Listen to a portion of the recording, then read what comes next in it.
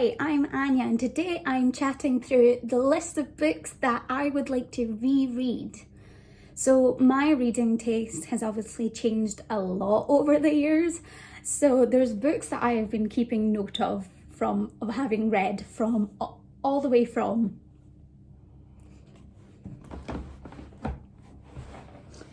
So my reading tastes have changed a lot over the years, and I've been keeping a list of what I have read all the way back from 2014. I have a lot of old favourites, and I know that some of them wouldn't hold up anymore, and maybe that means that they're better just left in the past with that enjoyment there.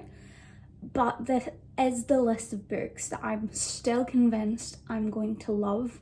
I actually think I will get a different appreciation from them now. And also, they're just great in my opinion. And I want to have that enjoyment again. The first on this list is a series by an author I've talked about before, and that is Finishing School by Gail Carriger.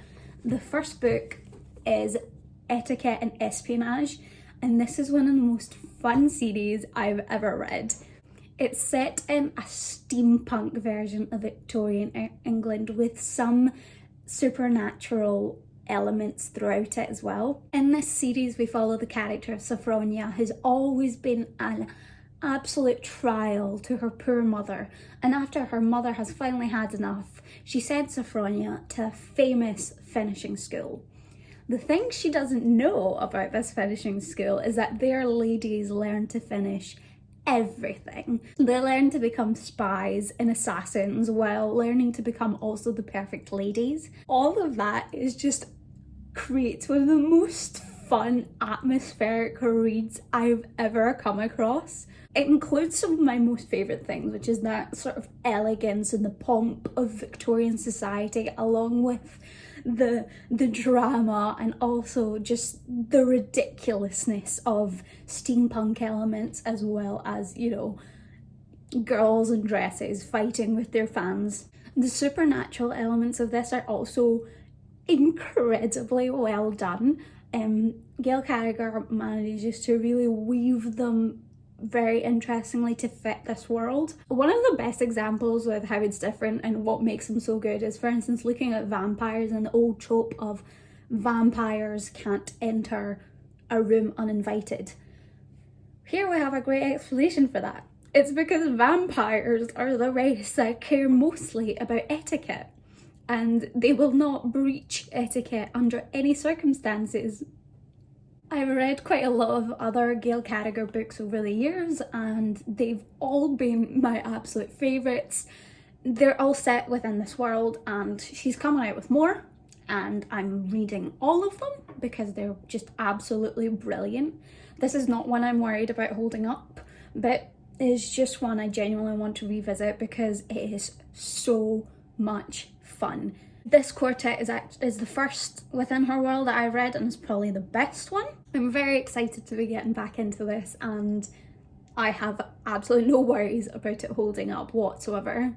The next book is one that I am slightly worried about holding up, and that's partly why I want to reread it, and that is Stolen by Lucy Christopher. Now, this isn't really a book that I've heard anyone else talk about, like, ever, but this is one of my favourite books of all time. This story is about a girl called Gemma who, when visiting Beijing from Britain, is kidnapped from the airport and taken to a desert in Australia.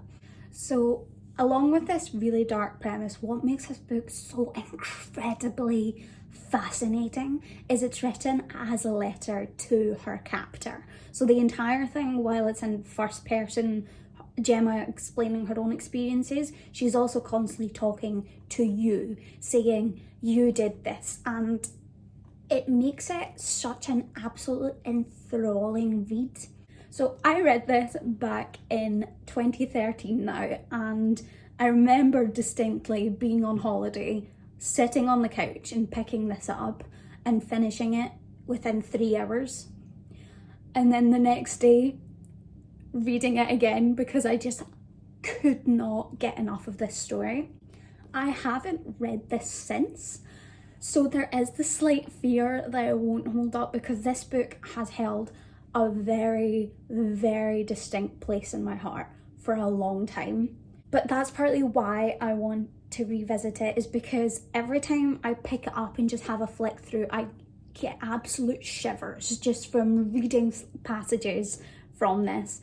I do have still really high hopes, and very much I'm here praying that I love it just as much. And even if I don't, it is a very important book for myself, I think, to revisit, and that's why I'm very excited about it.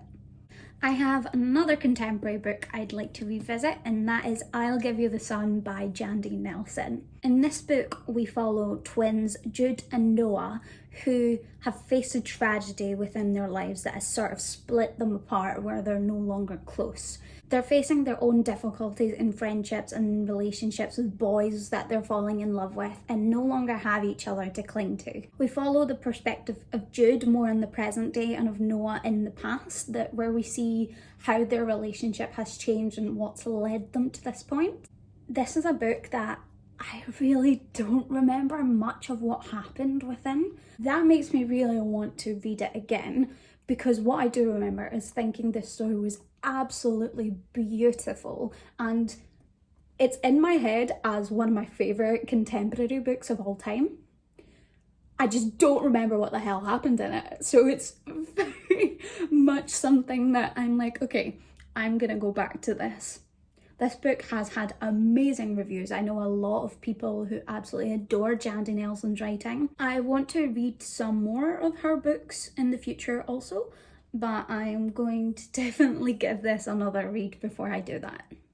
These next books are inspired by my most recent reread, and this is the second half of the Mistborn series. So after the initial trilogy, Brandon Sanderson has continued publishing books within this world, and this is basically set 300 years after the initial trilogy and is a Western inspired version of the Mistborn world.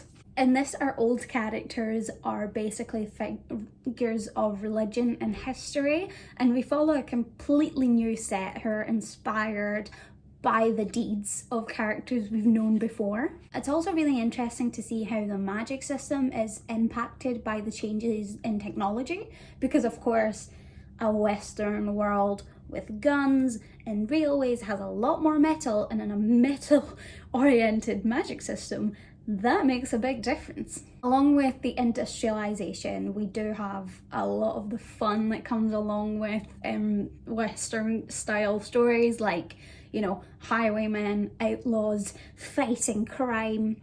And we do follow the character of Wax, who is the heir to his house and must come back from basically beat fighting crime out in the wilds and come to take care of the estate. When he returns back to the city, he cannot help his instincts and starts to get himself involved in searching out the investigation of crimes that have been happening around the city. Alloy of Law is the first book in this continuation, and I think it took me a little while to get into this second half of Mistborn. By book 3, I absolutely adored it and fell completely in love with the new characters. But I think there was a sort of distance between myself and the story that occurred just from having that change of perspective and going into that without expecting it so much. I want to reread it because I want to get the full enjoyment from it now that I'm sure I will have, having had the time to fall in love with all the characters, as well as catch up on the series before the next book comes out in the next couple of years.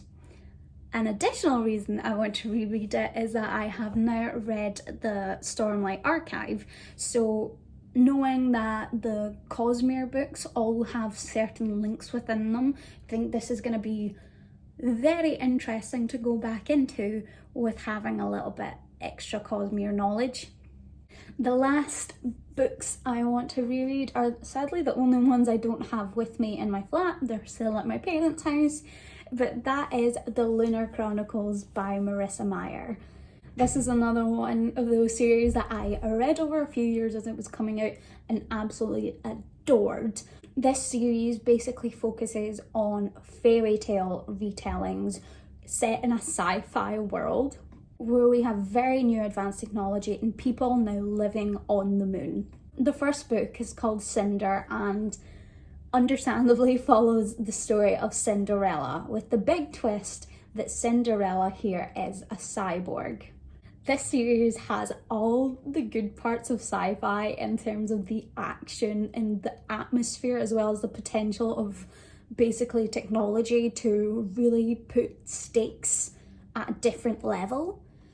But at the same time, Marissa Meyer manages to keep all the whimsy that comes along with fairy tales. There's something really lovely about retellings. I particularly love where the story still follows really familiar beats. It's both really nice, kind of knowing what's going to happen in the story, but so satisfying seeing how it's twisted to really fit the theme of this new version of it. I think this series does that so well.